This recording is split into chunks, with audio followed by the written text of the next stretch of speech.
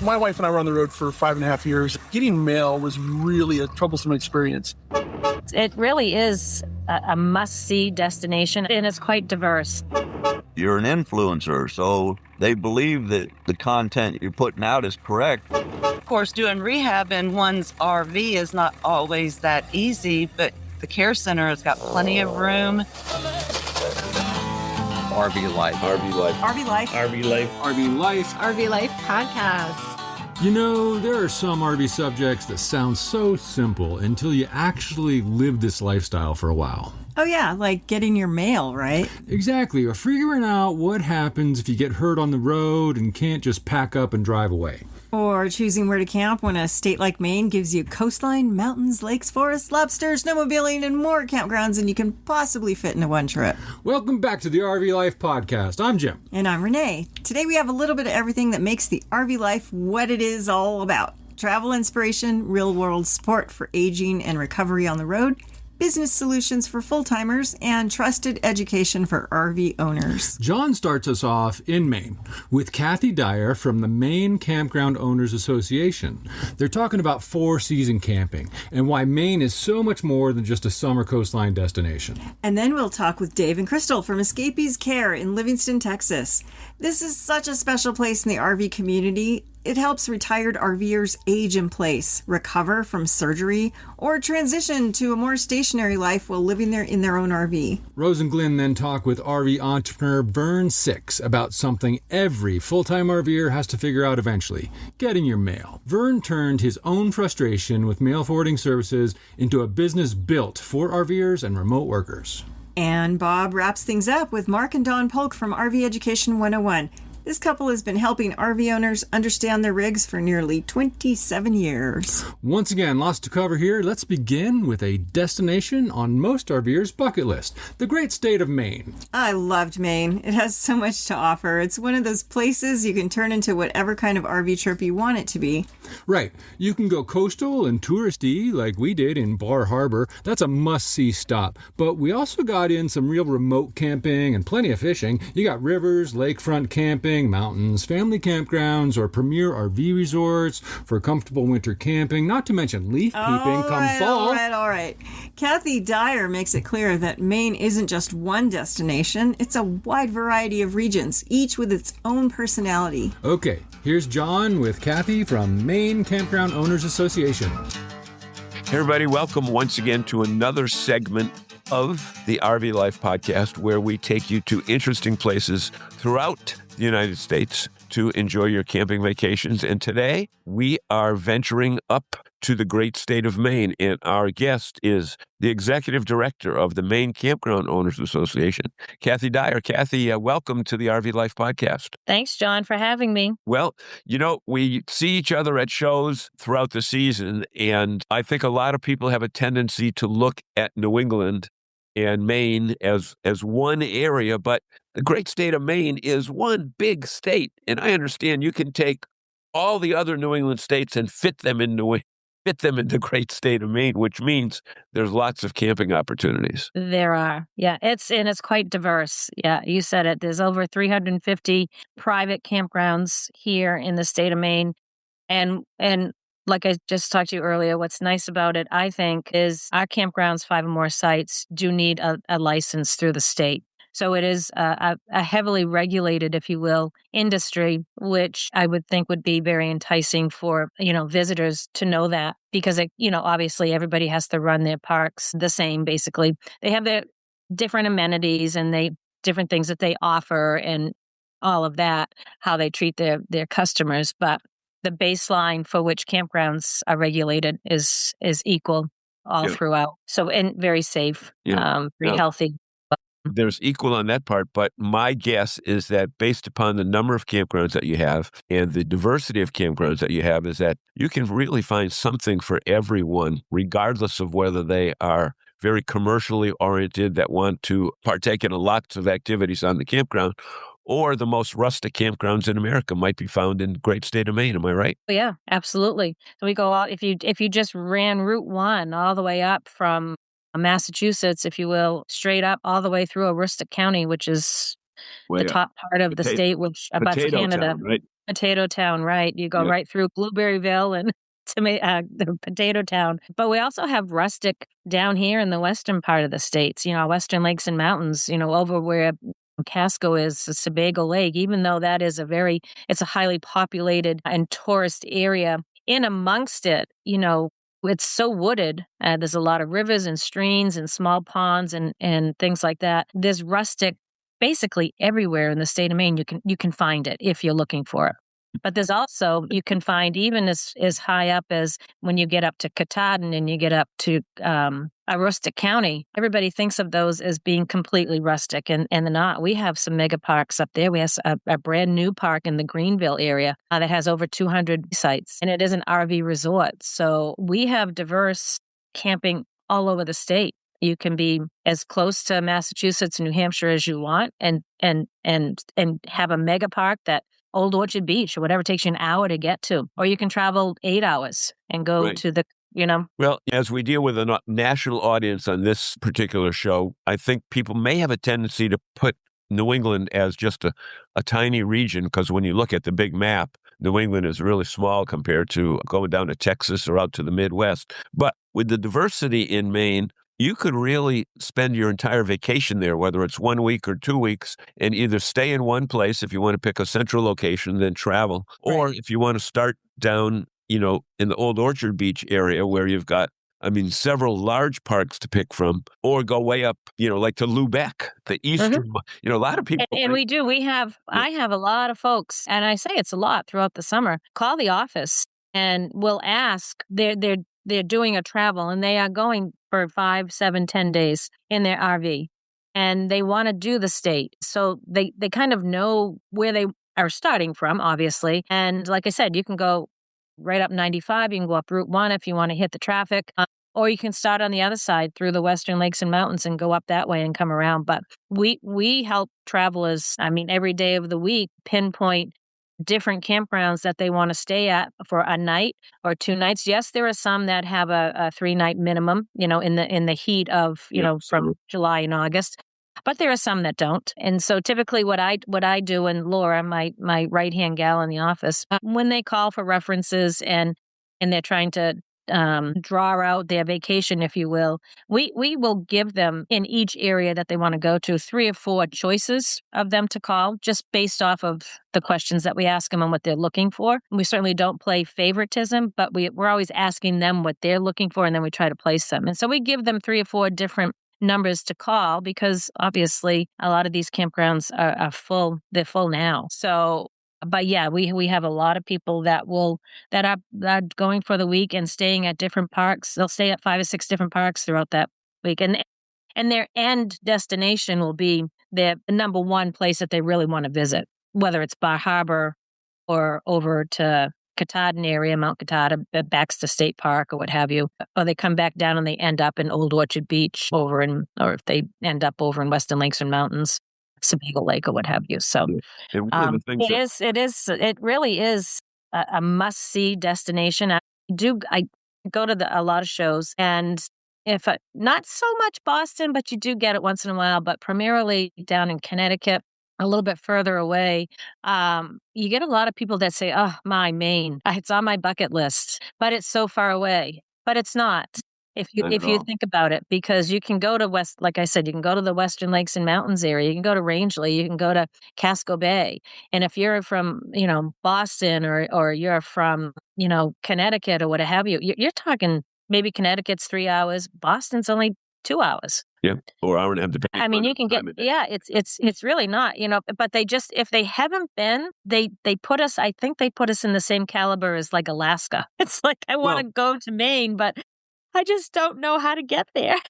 New England is such a unique area in that the geography is such that there are several states, and you can go from Rhode Island through Massachusetts and up into Maine all within 2 hours. So it's not a thing. And many people that we know combine their Maine adventure with a stop in Vermont or a stop in New Hampshire, Right. or a stop in Massachusetts, et cetera. Well, they may do that on their way home too, depending on which, like if they start in Maine and they come up and they go around, sure, they'll come back around and hit Vermont and then back down to New Hampshire.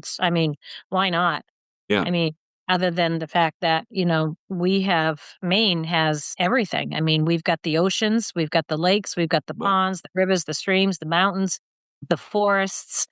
In wintertime, we have ski, snowmobiling. I mean, and typically we have the snow that is needed to back all of that as well. So, and we do now have, believe it or not, winter camping at some of these places. They will stay open all year round because they want the ice. They live on the campground it might be on a lake, and they'll just keep a portion of the park open for the ice fishermen and the snowmobilers and so forth. But Kathy, how about a online site?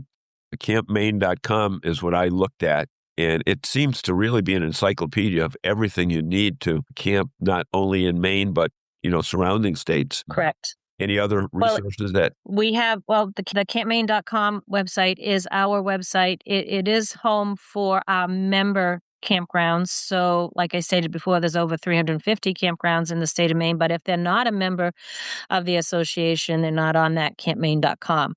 The other resource is the camping guide, which we produce annually. It's a 80-page a copy of it here, which I know it's not visual, but 80-page full-size magazine that lists all of our member campgrounds. It has maps. It has state information in it. It's a huge resource for anybody that is going to plan a vacation. So between the online and the printed resource. Well, one of the things that I noticed in that brochure, at Camp Maine on the website, is that, there's those 8 big regions of Maine, all of which are diverse, and you really want to spend some time to take advantage of it. I mean, the campground, the coastline, it's over 3,000 miles of coastlines, whether it's in the lakes, in the interior, or along that great Atlantic Ocean. I know that ride itself from Portsmouth up to Bar Harbor along US 1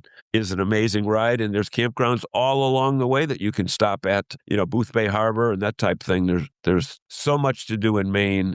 Like I said, we're home to Baxter State Park up in the Katahdin region. We're home to Acadia National Park in our down east. One of the top 10 That's right. National parks in the entire United States. Right. Over at Sebago Lake is one of the largest lakes up here. Moosehead Lake, which again, that's a little bit more Greenville and so forth. Freeport, El Albeen, Cabela's. I mean, there's just everything imaginable. Shopping, outdoors, outdoor recreation, eating, home of, the Maine lobster. We can't forget the lobster. Nope, can't forget that. But we want to, let our audience know that all of this information is available online at campmaine.com, or just Google camping in Maine and you're going to find some very interesting things in Kathy. Well, they can call the office. We're a huge resource and we love to take your phone call. What is that number, Kathy? What is that number? The office number is 782-5874. Right. You can call and order the Maine Camping Guide. We'll send you one free. You can order it online at campmaine.com. You can call and ask us any questions you want about any of our member parks. We'll be happy to give you as much information as they give us. We do recommend that anybody interested in traveling and visiting a campground here call ahead for reservations. The state typically is pet friendly. There are a few here and there that are a little more cautious. So it's always good to call ahead in advance for anything that you need and to make that reservation. I'd hate to have somebody come up and spend a couple hours driving and then everything is full. Kathy Dyer, we want to thank you so much. You're very welcome. You know that this is the RV Life Podcast.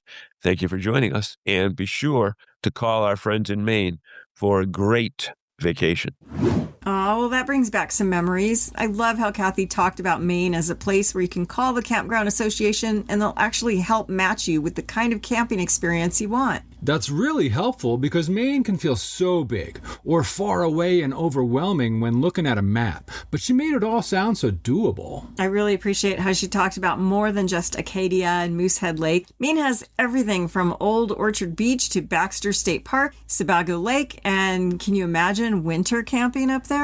Yeah, imagine, sure. But it's a reminder that the RV life is not one size fits all. And that's so true when your own life changes out on the road. load. Exactly. And that's why I'm so excited about our next conversation. This one is about a place unlike anywhere else in the RV world. The Escapees Care Facility in Livingston helps retired and senior RVers stay in their own RV while receiving support with meals, transportation, housekeeping, laundry, and most importantly, community. Oh, for sure. We've been Skips for years, and we had the honor of meeting the founders, Kay and Joe, when we toured Rainbow's End. So it's another honor to share our conversation with Dave and Crystal from Escapees Care. Dave, it's so nice to have you here. Thank you for being on the podcast. And you too, Crystal. We love having both of you here. Well, it's our privilege to be here with you today, and we're excited about being able to share a few things about care and what we do here and what this program offers. Well, we are excited too. We are huge fans, and we want to hear a little bit more, Dave, about how you came to care, because I understand you and your wife were full-timers. How did that experience lead you to going over to care and eventually becoming director? Okay, I've always been living a very exciting life. I worked for NASA for about 30 years at Johnson Space Center in Houston. My job was to keep astronauts going and the flight control team alive and well in the control room. And in 2010, I retired from NASA. We bought a fifth wheel and immediately set on the road. And our first trip was to Alaska because, as a first full-timer, the best trip you can make is one that's 5,000 miles round trip. So that's what we did. We headed off to Alaska. And then we spent the next 7 years traveling all over the U.S., Canada. And then in 2000, we kept reading in the Escapees magazine about this place called Care. And one of the things that they did there was they took care of people who were retiring from their RVs. And we thought, well, that sounds like an interesting program. We'll go there and volunteer for a month and see what we think about care. And so we came here. Crystal is the one who was the volunteer coordinator at the time. And she sweet-talked my wife and I into coming here to volunteer. So in 2015, we spent a month initially volunteering here at Care to be with the residents. I think at the time we had about 40 residents and about maybe 13 or 14 adult daycare members that were here. Our job consisted of driving people to their doctor's appointments, hospitals, that kind of thing. We also took care of checking residents in at night and in the mornings, making sure they were okay through the night. We had a phone that we had, and so we monitored them. If they had problems, we could respond real quick and either get EMT or just help whatever we could do with them. We love that so much that we decided to stay another month. And then we stayed another month. We ended up spending 6 months here as volunteers. Nice. I think at the time it was probably maybe a record. Yeah. Would stay, but we love the people here so much. We love the program for what it is. It takes care of people to the point that it gives them a place to live. That period between living full time in an RV that happened to go to a place where you have to be taken care of. Mm-hmm. This is a fully independent living facility. It's one that we don't do medical work on the residents that are here. Our job is to feed them, provide them a place to live, keep their landscape up, and Do their laundry every other week and do housekeeping every week. I'm sorry, laundry is every week and housekeeping is every other week. Mm-hmm. And activities, parties. We even go to the casino. That's great. We love Care. We had the opportunity to tour it long ago and volunteered for a Thanksgiving dinner. And we love the facility. It's a wonderful concept. And CARE actually stands for Continuing Assistance for Retired Escapees. All escapees, usually are RVers or have been at some point. I love how you called it a transitioning period. Not a home per se or assisted living. But if they can get from their RV directly across from the main facility there, they can come and have their meals there and all that. It makes it a special place. But why do you think it's really important that residents remain in their RV during this, the remaining period that they have there? Why is it important for that during this transition period instead of going and getting comfortable in a house somewhere? Yeah, I think there's a couple of reasons for that. One, that RV for many of them, has been their home for the last 5, 10, 15 years. Some of them, like Fred and Joe, probably have lived in it for 30 years. Mm-hmm.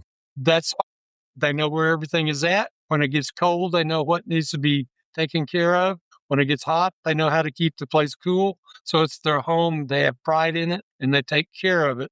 And that's their responsibility. And we allow them to do that. We don't interject ourselves into taking care of their rig because that's their home. And I think they like that sense of pride, sense of ownership, which allows them to be happy where they're at. Whereas if you move into a place where you're being taken care of, you don't necessarily care if you keep the place clean or the walls are painted or the carpet's clean. You don't care. But this is their house, their home, and they keep it clean. That's a great point. They're home, and you make them feel at home. I think we do. So for me, I have a friend, her name is Vicky, and she's actually my age, and she had to have a hip replacement. Well, she did not know about care. And whenever she came here and learned about all of what we did, she said, oh my gosh, I really wish I'd have known about this whenever I got my hip replacement. It cost her a ton of money just to get people to bring her food, like Uber Eats or whatever. And she just really struggled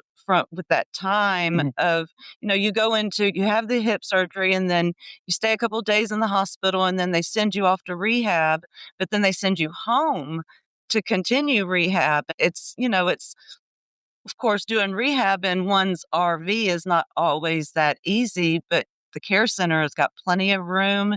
And, nursing homes are very expensive. So, yeah, we really appreciated that there was a different model of what that level of assistance could look like. We were just in our 40s when we toured care, and retirement for us, it's still several years away, but we just thought, wow, it's a really nice option to have. And even RVers who think they'll never need care services or to stay there to recover or anything, I mean, they really have that peace of mind when they're an escapee and they know that it's out there for them.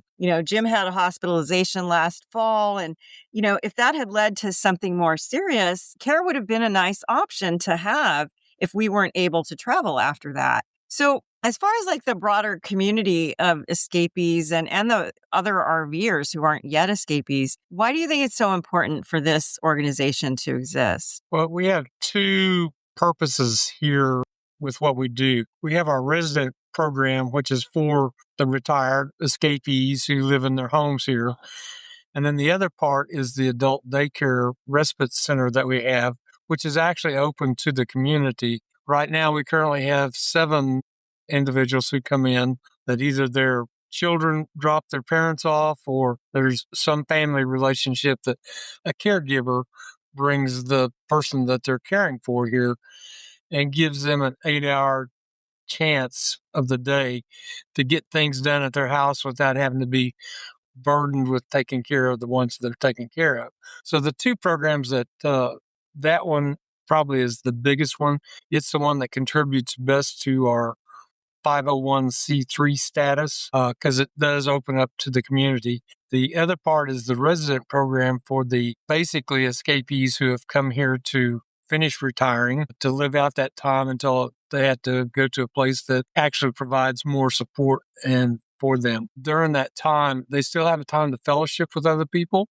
They still get a chance to go out shopping with other people in the bus. They go to community dinners. They go to community concerts. Like Crystal said, we go to the casino every now and then, and lots of restaurants. We're always taking them out to eat because even though we have a great cafeteria here and a great staff of cooks, there's also a real nice need to get out and have a T-bone steak somewhere. We don't provide T-bone steaks here, but they do like to get out and eat in the local areas around. So yeah, and I think one of the greatest stories, the greatest story at CARE is a couple that were involved here with CARE, knew a lot about CARE. Their names were Andy and Vera. They had a big Class A, and I think it was maybe 10, 12 years ago they were headed out. They left from this area, headed west. I think they were headed out for Arizona or somewhere. Got around San Antonio, and somebody cut them off. And, when you cut a Class A off, it's never going to be a pretty sight. I think the thing rolled 3 or 4 times, flipped, and the both of them were pretty well crunched up. The director here at CARE, once he heard that they were in the hospital, got a couple of vehicles and they headed over to San Antonio where they were at. Wow. Went to the bus and cleaned out the bus, got their stuff cleaned out for them. And these weren't even residents here. They were just friends. Actually, they were volunteers. They had left here for volunteering. They were volunteers. And the director had sent people over, our people, to clean up, get their stuff. And then we helped get them back here to CARE. Did they put them in the cottage? In the cottage. We have a cottage. It's a 2-bedroom house. And they got them back, brought them back over here, got them in the cottage. I think they were in there for 6 months and they recouped in there. And you think about what that would have cost an individual and a couple that had, they've kind of both depended upon each other, but neither one of them were dependable, And so they had the CARE staff who was here to cook 3 meals a day for them, take them to their doctor's appointments, the whole thing. And you just think, where else could I have ever gotten that kind of treatment and still be respected? They later then became residents here for a while. And then a couple of years ago, they bought a house here close. She actually volunteered to come on board as a board member. And she is one of our board members now. And so, I just look at that couple and what that meant to them and what it meant for the reputation of CARE. Nobody else is going to do that. No. Being a full timer and carrying everything you own in your RV, it's a great adventure. Highly recommend it. But sometimes things like that happen, and it's really scary. It says so much about the spirit there. I love that. And I'm sure it's just one example. I'm sure there's plenty of stories there. But you mentioned CARE is a 501c3, and there is the Escapees membership. And I'm not certain how much of the dues go there. I understand you also just had a fundraiser that went off fairly well. But can we talk? You have so many resources. Meals, transportation, day-to-day support. You just mentioned a cottage. All of this takes money. Can we talk a bit about the role funding plays in keeping these services available? Where does it come from and where's it needed? Okay. There's a couple of funding areas that we get money from. One is escapades. We do usually get anywhere in the neighborhood of $10,000 to $15,000 or donations that come in from escapades. The bash that just occurred was about almost $11,000 that came in.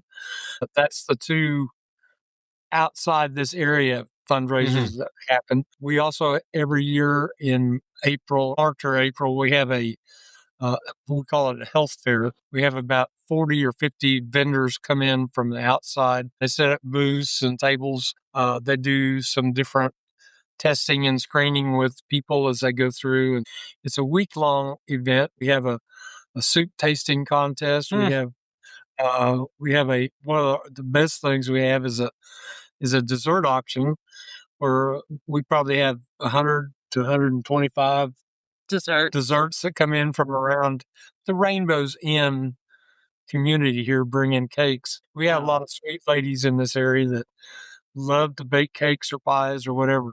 And the vendors will sometimes go to a regular bakery and get stuff made and bring to us. And we have the auction. The auction goes off and it'll raise anywhere from $5,000 to $8,000. We have other events that occur that bring in amounts of money. We have a thrift and gift store here. It's a resale shop that started off as a little tiny closet with 2 or 3 little items in it years ago. And we ended up buying a building and then another building and another building. And now we've got 4 buildings. One's a huge building.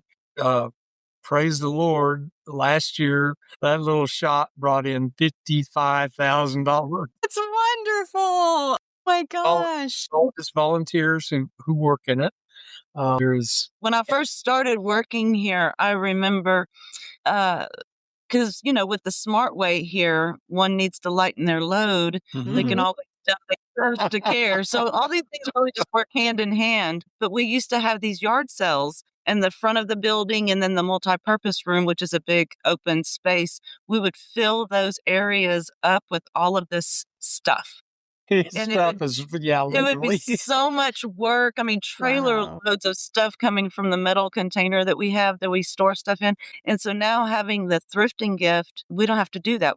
We would have those sales twice a year, one in the spring and one in the fall. But now we have it going on, well, every Thursday, Friday, and Saturday. Wow. That's And so nice. What is the cost to members? We've been to Livingston. We understand there's site rent, but if you want to transition into the Yeah. care, quote unquote, facility, is there an additional cost? Okay, for care itself is $1,325 a month for a single individual, and it's about $1,900 for a couple. That includes 3 meals a day, Wow. That is a driving deal. anywhere you need to go, the care that we have 24 hours a day to watch over you, the facilities that we have here, all that is all in that package. Okay. But can we just be clear? That is a bargain for that level of support. Where else? Yeah. And when we toured over 10 years ago, it was not much less than that. Yeah, it hasn't gone It up that hasn't much. gone up, is what I'm trying to say. Very little. You guys have really kept the price on that down. That's so impressive. So, Dave and Crystal, either one of you can answer this, but what would you say to the RVer right now who's maybe one of the younger ones, who's healthy, not even thinking about someday I may need assistance? What would you say to them? So last year, during 1 month's period time, I fell 3 times. We are all one step away from a fall. You never know what's going to happen.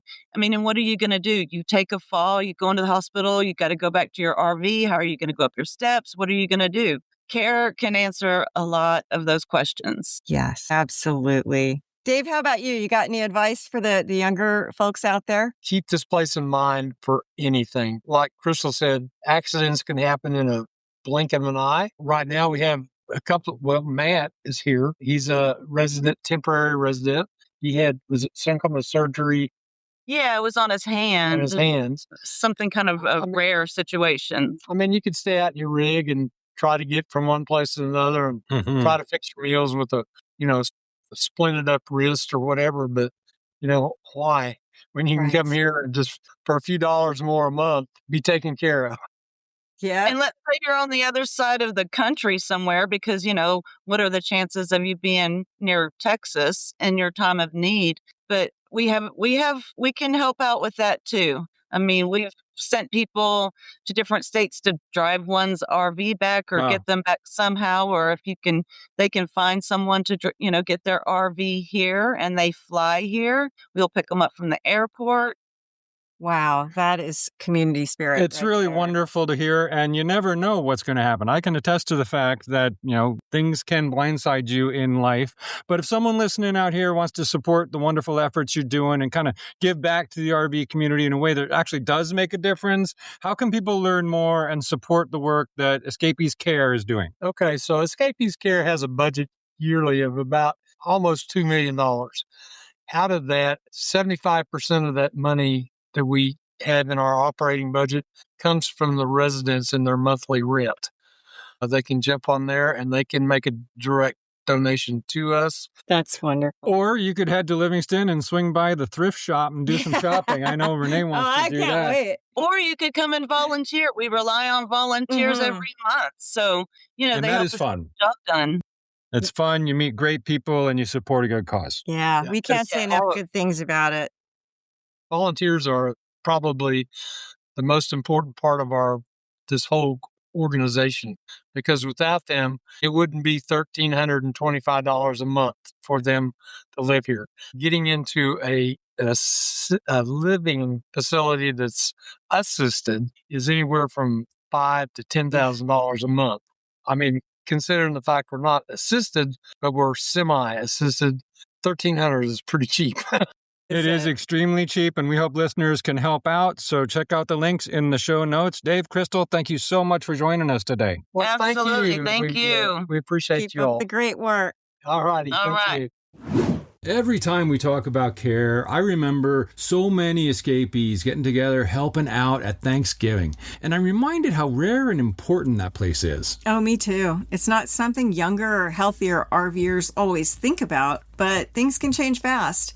A fall, a surgery, an illness, or an accident can suddenly make this lifestyle much harder. You just like the thrift store. But what Dave and Crystal describe is really community in action. Not just a service, but people looking out for one another. That story about care helping the couple after their RV accident, well, that really says it all. That's the community at its best. Yeah, and speaking of real-time logistics, Rose and Glenn's next guest solves another issue all full-time RVers run into pretty quickly. Mail. It sounds so boring until you're trying to get an important document forwarded to a campground where you're only Vern. staying for a few days. To the Vern podcast. Six came up with a solution. Thanks for Here's having his me, Rose. I discussion really with appreciate it. Rose and I'm Glenn. happy to be here with you and Glenn.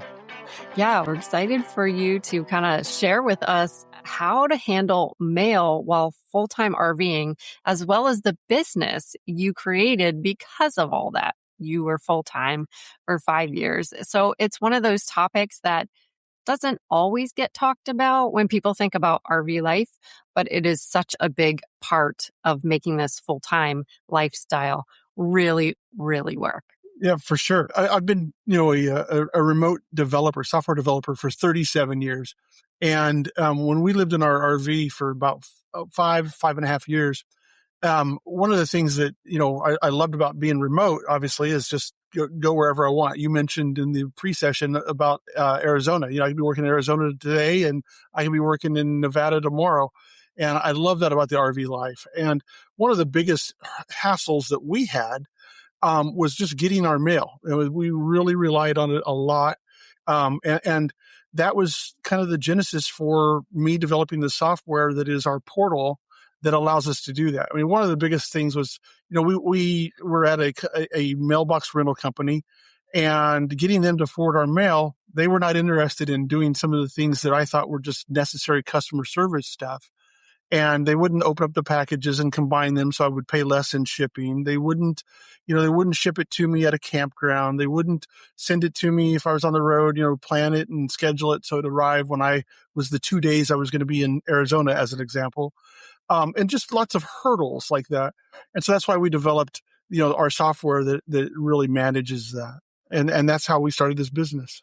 Yeah, Glenn and I were really fortunate because when we were on the road full time, we could have our mail sent to his parents' home while we were traveling.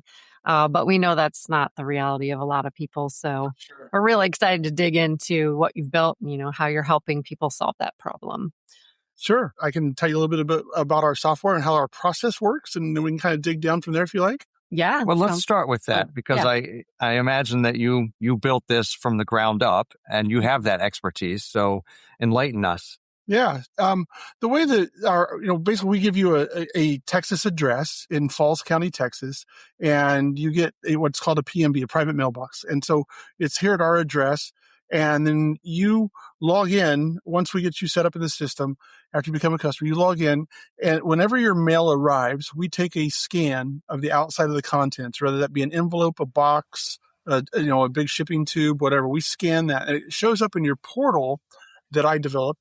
And in the portal, you get to decide what to do with it. You have 4 choices, and they're not all mutually exclusive. But your 4 choices are: we could forward it to you. You tell us where you want it to go, and it just goes. And it's piece by piece on that mail, right? You can say, forward it to me in Idaho at this campground, or at my mother's house. We're here for a couple days, or whatever. The other choices, if you need something that's right away, if it's an envelope, we can open that envelope and put it in our high-speed scanners. And usually within 24 hours, that's in your portal, the contents, both sides of whatever, is in there. We don't charge any extra for that. And so it's just, you can see your mail right now. So for instance, if you got a lab result you wanted, and, you got it in the mail and you wanted to have it at your computer, we just pop it in the scanner and it shows up in your portal the next day. Sometimes faster than that. If it's urgent, we'll do it right away, if what have you. Other choices you have, so that's content scanning. The other choices you have, that was forwarding and content scanning. And then we can also we can throw it away, or we can shred it. And we'll shred up to 20 pounds for each customer. After 20 pounds, we have to charge. And it's just $1 a pound. Just because our shredding supplier requires that we pay a certain fee to it. Sure. But that's pretty much how it works. You can then get into the portal. You'll see the date that it shipped, the date that it left here, and you get the tracking number. You can track it through the entire process. And we typically ship with, the U.S. Post Office, UPS, FedEx, and DHL. Whichever makes the most sense to you. In your portal, you got to make those choices. And, it's just a pretty painless process. But the key to that is that, I guess there's a fifth choice. You can look at it and say, I don't want that piece of mail, and, I don't want junk mail. And you can tell us, just throw everything that's junk mail away, and we'll do our best guess to make sure what that is, pre-sorted first class, catalogs, that sort of thing. But, you can get all that control is in your portal, and you log in and you see your mail in real time, basically. And you get to know that, okay, these 4 pieces of mail, they're going to my mom's address. And these 5 pieces I selected to meet me in Chandler, Arizona. And, you can do all of that. And the nice thing about that is you can schedule that. In other words, you say, I'm going to be there next Tuesday. It takes 4 days to deliver, ship this on X. And that's what we'll do. Nice. And when you get a piece of mail, you can also sign up for text alerts or emails. Text alerts are, they're like $4 a month, I think. But we try not to nickel and dime anybody. We have yet to ever charge anybody for it, but that's what it costs us to sign you up for, for text alerts. But email alerts, they're free. They don't cost anything. And, we would have alert you when your mail gets here. If you don't want to log into the portal all the time, you don't have to worry about it. As soon as a piece of mail appears in your portal, you get an email. Right. Nice. Or text. Can we rewind for 1 second? Because you mentioned Texas. Why Texas? Yeah, sure. Texas is very friendly to folks establishing a domicile here. And the one of the things that's nice about Texas, obviously, we don't have state income tax. And, how you set that up is, I'm not I can't give you any legal advice or tax advice or that sort of thing. But I can tell you that getting a Texas driver license and a Texas address, we have several people who use that for their tax returns, IRS tax returns. Their employers, where it's in the W-2s here, they're on the road. Who doesn't know, if they're in Texas or if they are, so it's kind of a gray area. I mean, if you're in New York says that, for instance, as an example, you need to pay New York taxes. If you're in Texas and you claim Texas as your domiciled address, then, who's to prove you're not in Texas at the time? And I'm not suggesting anybody do anything. I mean, that's a tax question, right? But I can tell you that 90% of our customers do that. I completely understand. That There makes is sense. a gray area there, isn't there? Yeah, there sure is. Yeah, there is. But we have, other services that we do. Folks want to get their vehicles and their RVs registered here. We are in one of the lowest cost centers. We're in Falls County, which is very, very low in terms of insurance dollars. I mean, when we moved to Falls County, we bought the ranch. We moved to Falls County. My insurance, I have USAA because of my military service. Our insurance dropped $180 over a 6-month period. And so just because we're no longer in the big metro of Fort Worth, where we used to live. And so, so it's just some of the benefits of that also. And other things we do is, our business is not strictly for people on the road, right? We have lots of businesses that use us who just want the privacy of having an address that is not their home address. So we got some businesses that are like literally just down the street, and they use our address because they don't want, visitors to their home business. And so we handle all that sort of stuff too. When you sign up for us, it's included. It's two individuals and one business are included in the service that you can use. So if you've got a home business or an on the road business, that's fine with us.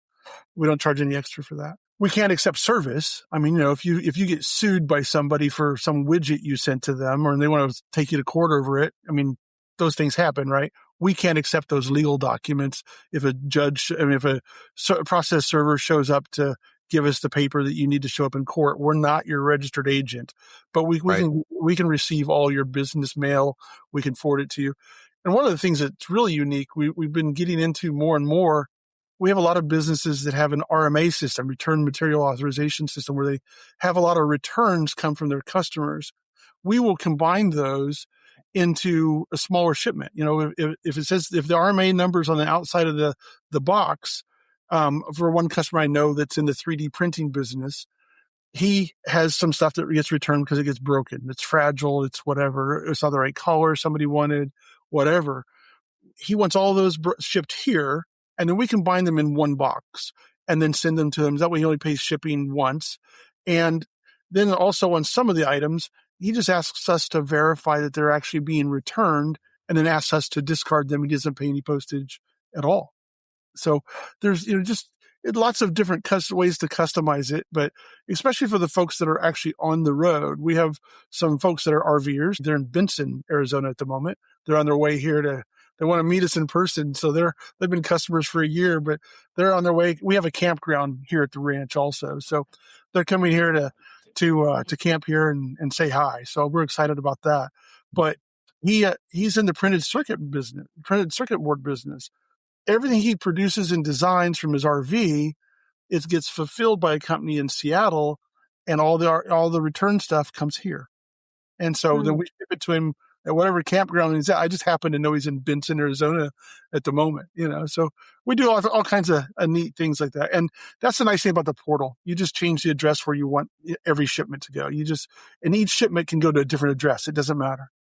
That's incredible. I mean, first of all, I want to back. I've gone through your website, and I have to say I like the boondocking, the full hookup. Your choices are fantastic. And another thing I'm gathering, and I think that the audience needs to gather, is that your company, despite being, it's big, but it's small in how it treats the customer.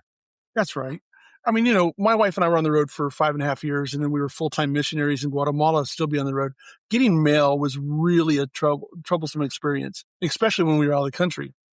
And, we have a lot of customers that are currently in, Canada and that sort of thing. We don't care. We simply, where they're at, we ship worldwide. It's not a problem. But yeah, we have a lot of options that were designed around the troubles that we had, the hurdles that we really experienced. And it just made it easier for, how we just kind of envisioned what we wanted. And then once we bought the ranch 6 years ago, we started this business, got it going. I developed all the software over the last 4 years. And, I had the other daytime jobs, right?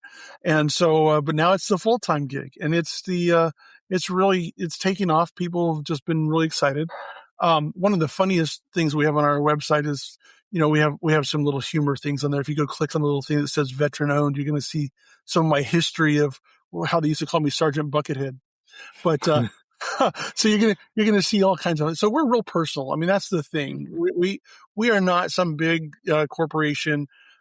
We have a single location. We've deliberately chose where we are, and we've deliberately provided the services that we have designed for folks who do the RV or nomad life.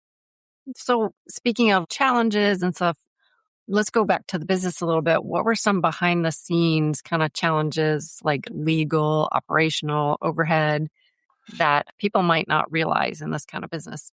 Oh, in this kind of business, I don't know how much it pertains to our customers per se, but setting up this type of a business is a little bit more difficult than you might think.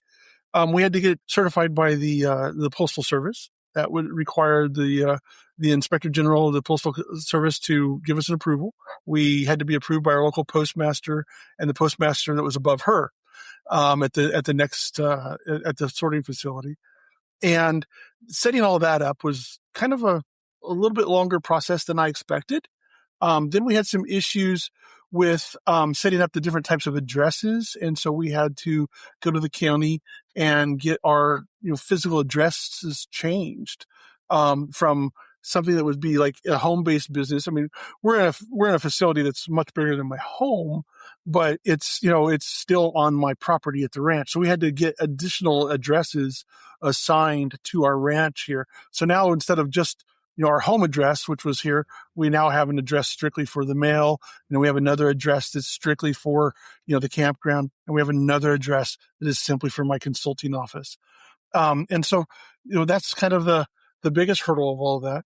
One of the things that I also did is I designed this software, to be a little bit different in that we're going to offer this software as a service to other companies that want to start up like this. I'm not interested in doing franchising because everybody wants to run their own business their way, but we're going to provide a tool to other companies who want to do this and kind of network with them and allow them to. So if somebody comes to our website, probably by August 1st, you'll be able to select other locations other than the state of Texas. I personally think state of Texas is the best, but maybe you want to have South Dakota, or wherever. Yeah, and that's our first licensee is going to open up in South Dakota and use our software to run his business.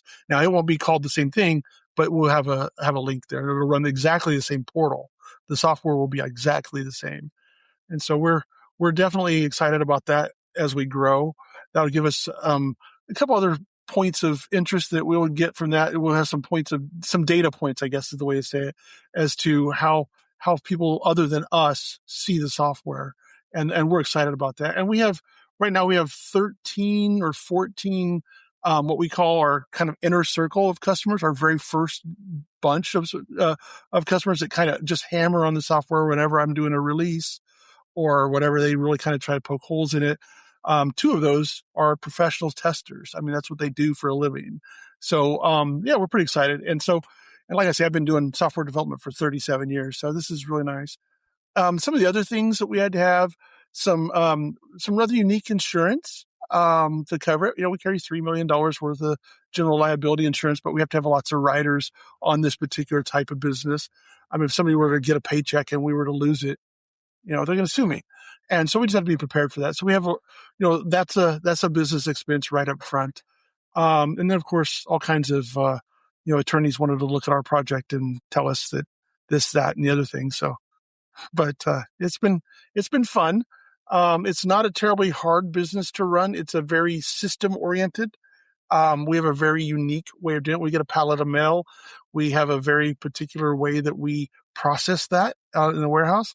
And then we take all the photos, we put them into the portal. It's a secure facility. I was telling you, in front of the show, how secure our network is. Well, our building where we actually do the mail storage is even more secure.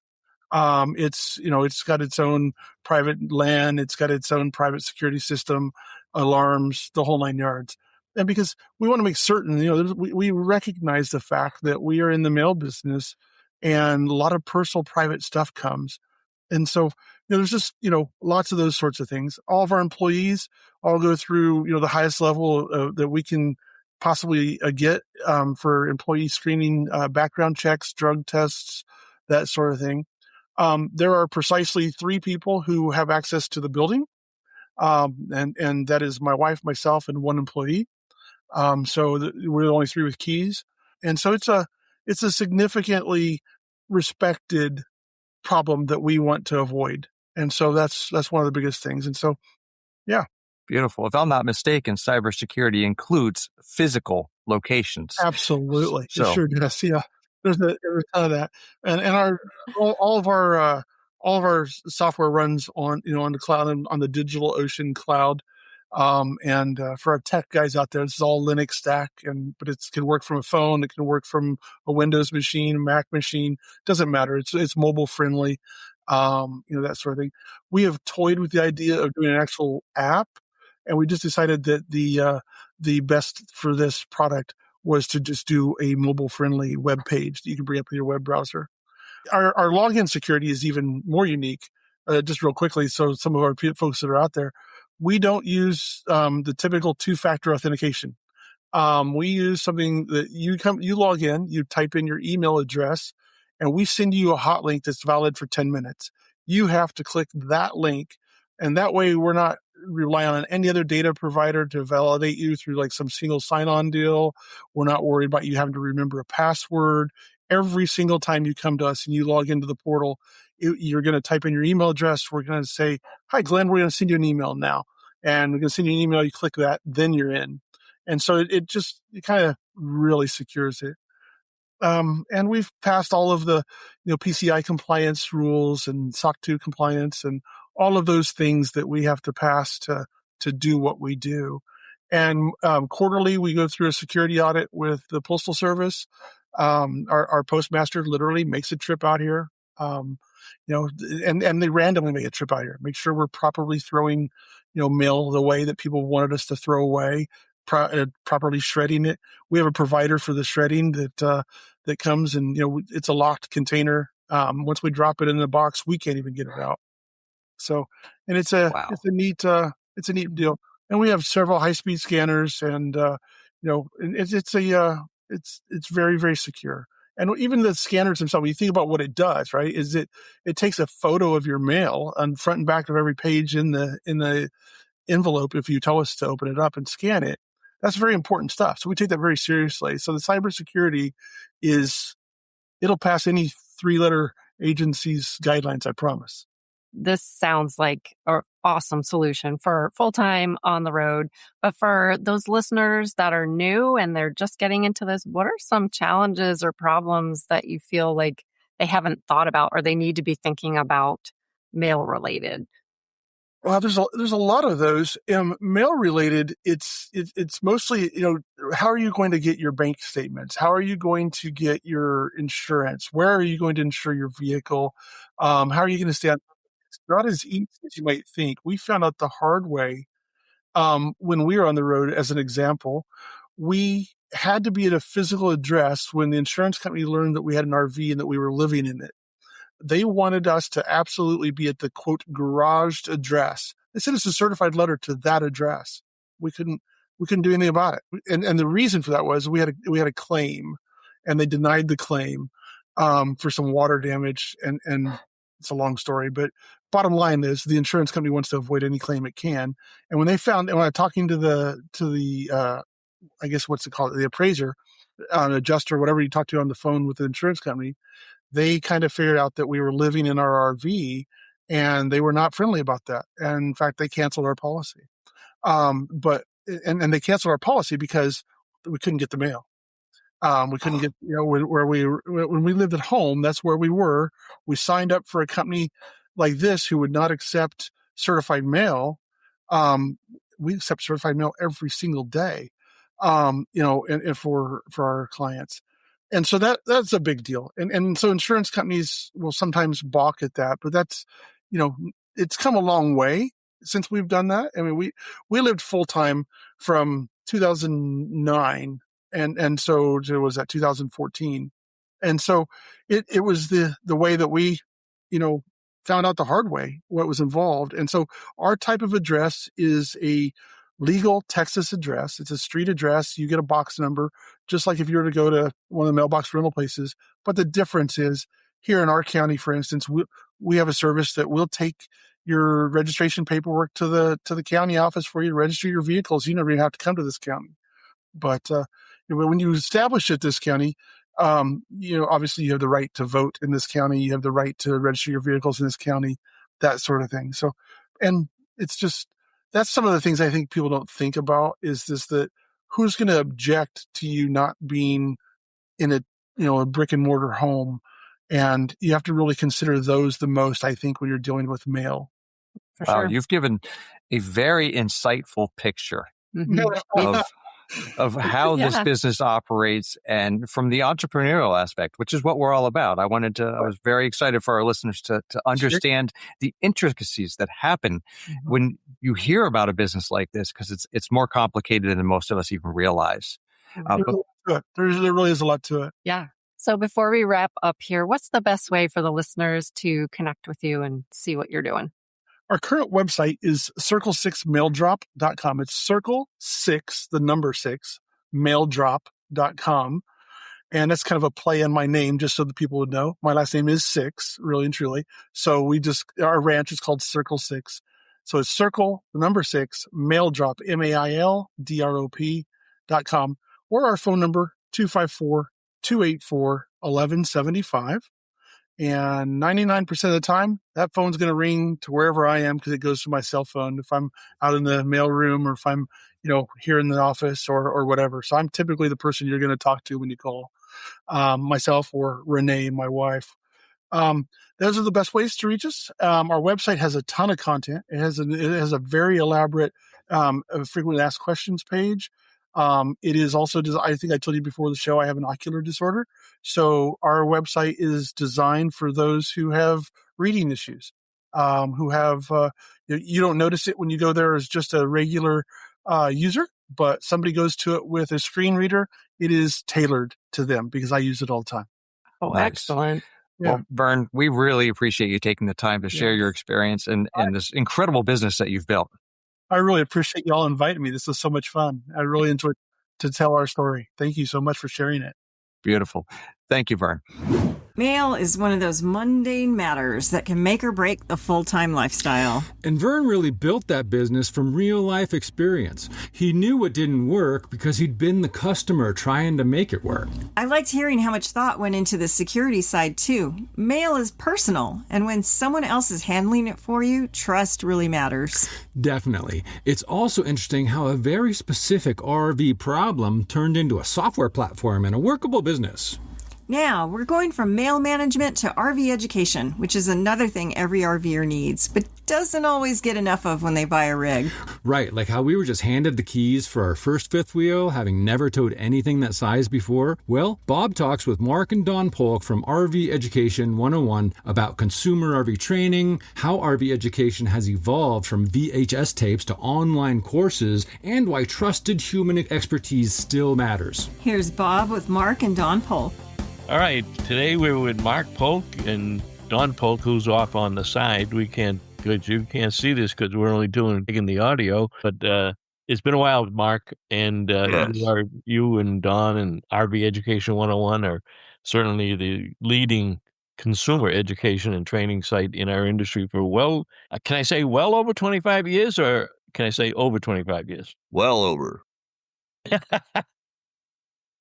This coming November will be 27 years, so we are blessed as far as that goes. When we started this thing, I told Dawn, I said, we'll probably be lucky to get 5 years out of this, and then someone in the industry, and I thought, they would see the need for consumer education, and once they saw what we were doing, somebody that had more capital than we have that could really invest in it would do something and probably edge us out of business. So when we hit 5 years, I said, well, we'll be lucky if we get to 10. So, that's how I've been playing this all along. And when we hit the 10-year mark, I was kind of shocked at that point because nobody in the industry was following our lead when it came to consumer education. And I thought that's really odd that we've been doing this 10 years. Well, now we're 26 in and going on 27, and we're still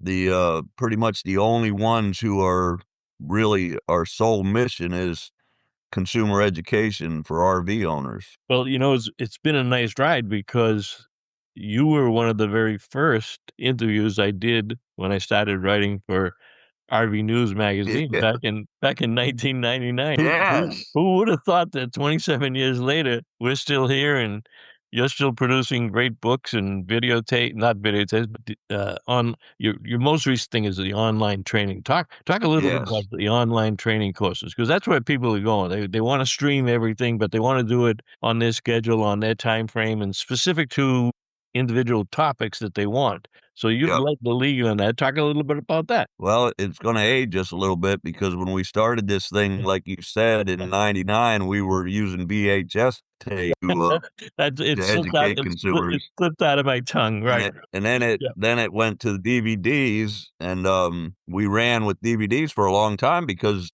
the manufacturers were putting DVD players in the RVs. So I think we actually went through probably 2017 is when we stopped with the DVDs. We still have them available. So if people request a DVD, we even have some old VHS tapes. But what happened, I realized that, everything was moving online. So we found a platform and we called it RV Online Training. And it was a way that I could put all our courses on a platform online, and it included, we can put video, we can put text, we can put ebooks, we can put PDF documents, whatever we want to do. And then we made these courses for each type of RV. We made some ebook courses, and then we bundled some packages together. So say somebody wanted to buy a travel trailer, we would bundle all the courses that are related to a travel trailer. So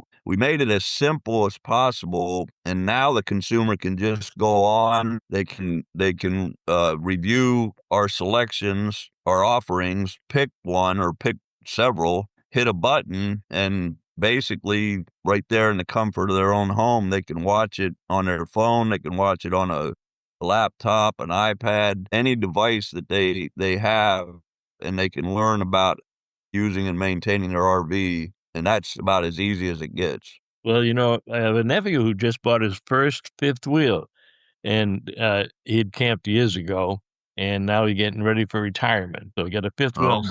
The first place you go is RV Education 101 and RV online training, and buy the bundle. It's all you have to know. Yeah. Don't forget all the other stuff that's being thrown at you.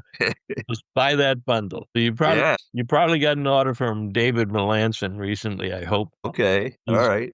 Another one. So again, 27 years, and we still wave the flag and say, look at, this is the place to go. And it's amazing that there haven't been others, but probably because you've done so well, you're so educated, you presented in a not even unconventional. It's just a pleasant way to learn. Your style, the way that you bring this information to the consumer, and they like that. There's no pressure, and it's honest and comes with integrity. So yeah, it's fantastic that you're still doing that there.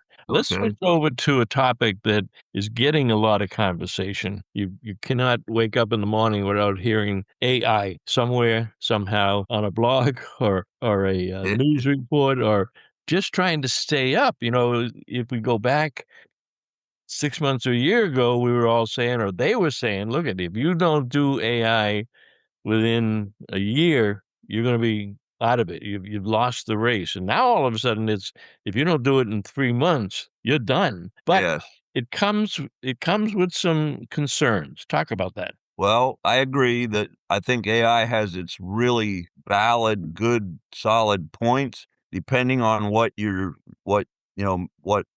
job is and what industry you might be working in. So when it comes to me, my entire offerings are based on technical information for RV owners. And what I noticed early on with AI is that it is not capable of sorting through technical information and keeping it accurate and vetted. I noticed people that were in the industry who were using AI, and when I would go look at the content, I could just start picking out the inconsistencies and the misinformation that was being put out. And I told Dawn, I said, when it comes to technical information, we need to avoid AI at all costs, because our reputation is staked on accurate, vetted information. So I avoid it. I even go as far as when I write an article, I say this article was written by a human, not AI, just to let people know that, so we avoid it at all costs as far as our business goes and what I do, for a living. And I'm not, like I said, I'm not taking away from it. I think it has some good points about it. But be careful if it's connected to anything technical, because there's going to be misinformation. I agree, and many people have said that look at it. You have to have the real world experience on certain things, whether you're a brain surgeon or whether you're an RV technician. You have, if you don't know it firsthand, you're not going to learn it through AI. It's just not. And the problem, experience. Yes, and another issue that I've seen is if you take an influencer in the RV industry who isn't technically educated on RVs, they're using AI and they don't realize, or they don't know when a little one sentence is incorrect, and you're telling the audience who's reading this or watching a video, and they trust you. They believe you. You're an influencer. So they believe that the content you're putting out is correct, but you're leading them down can be a dangerous road in some instances. And that's catching up with a lot of people. And I think a lot of people are realizing that the term influencer is not an expert. It's somebody giving you they're trying to influence your decision when in many cases they are not qualified to do that. But the consumer doesn't know, especially first-time buyers in the RV industry, which again, go back to your original product, go back to your original online training. As you said, these are all vetted. This comes from years of experience of training and teaching, and it's a trusted source for them to get their, That's what we stake our reputation on. It's a resource that you can count on. You can depend on it. You don't have to be concerned about it not being correct information. All right, Mark Polk, always a pleasure. Yes. You've probably done this more than the 27 years you've been in business, all the different interviews that we had. Hopefully we'll be here again for the next 27, but best of luck with that. Where do people find your online training sessions? Just super easy, rvonlinetraining.com. Fantastic. Well, best of luck to you and Don. Have a great year, and we'll see you down the road. Good talking to you, Bob. Thank you. Mark and Don have been doing this for almost 27 years. That says a lot. You know, it says we may need to explain VHS to some of our listeners. RV education is one of those things that can save people stress and money or keep everyone safer on the road. And Mark's comments about AI were important too. The bots can be useful, but when you're talking about RV systems, maintenance, and safety, you really need information from people who know what they're talking about. That's a good thread running through this whole episode. Whether it's planning a Maine camping trip, needing support through Escapees Care, getting your mail on the road, or learning how your RV works, the right resources make this lifestyle easier. And more enjoyable. Exactly. That's it for this episode of the RV Life Podcast. We hope today's conversation gave you something useful to think about. Whether you're planning a trip, building your full-time systems, or just trying to stay prepared for whatever the road brings. RV Life works best when you plan ahead, ask questions, and talk to people in the know. So check the episodes page at podcast.rvlife.com to connect with our guests and get more resources. Happy travels, folks. And if you think you know everything about RVing or are immune to the challenges of the open road, remember, we are all one step away from a fall. Ever wished you could learn more about RVing from the experts? With RV Life Masterclass, you can. Gain access to a wealth of knowledge through online courses and a resource library filled with insightful guides. Whether you're a novice RVer or a seasoned traveler, there's always something new to learn. Start expanding your RV knowledge today by visiting rvlife.com.